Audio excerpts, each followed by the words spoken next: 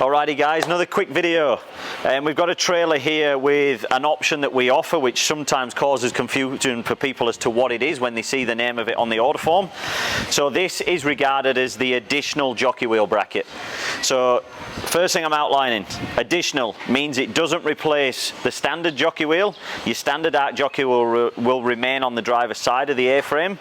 What the idea of this is that if we have customers predominantly looking at using electric movers, which are getting quite popular, which would be obviously an assisted mover where you can maneuver the trailer around easier than having to push it, which again a lot of customers have to go with now, especially if when they get the trailer home they're trying to maneuver it around something to get it into a location for storage, rather than obviously trying to manhandle the trailer and push it, especially if you're on different angles, down or up. The idea of this is that you would attach one of them jockey wheels in using this attachment, because it is a generic attachment, and then obviously that would allow you to then work this one out of the equation and work off that one to maneuver the trailer. So this is going to be your day-to-day. This is just a bracket giving you the option to use that. So I've got myself here a little portable jockey wheel just to kind of give you an idea. Obviously this isn't an electric mover one, so I'm not going to use a remote control or anything for this, but just showing you how this works, because in a nutshell this is just a clamp. So we open this up. Now a lot of your generic style jockey wheels will have ribs in them, and that is the idea behind this bracket. So this is the only bracket we offer, is the rib style.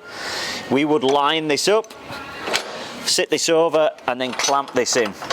So if you do imagine that this is an electric one, if it is an electric one that obviously has the same style ribs, then that's just showing you how this works. We clamp that in, and then we would literally wind this down to take the pressure onto this jockey wheel, swing this one into its travel position or stored position, so then now this is becoming the one that we maneuver the trailer around on. Yep. Now a secondary use for this, and what some people are actually taking it for, is this drawbar area is obviously quite a handy area.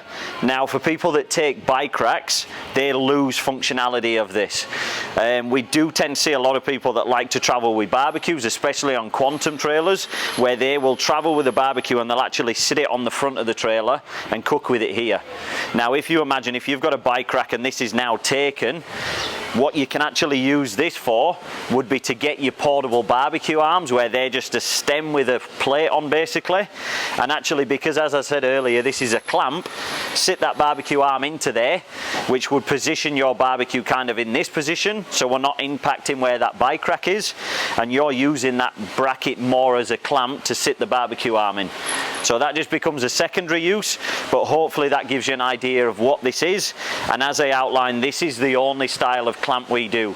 So therefore, I always do advise that if people are buying their own specific electric movers, then supply us with the actual bracket of what comes with that mover, and we will fit that so it is tailored directly to what you're putting in.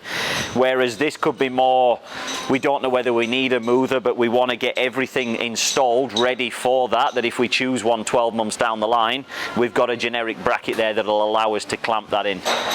The last thing I'm going to outline as to how we do this is, so if you see this is a side-on profile, you will see that when this is done as part of the build rather than, let's say, retrofitting, the beauty of it being done as part of the build is that we actually tailor the stainless steel plates around there, so it looks a lot neater.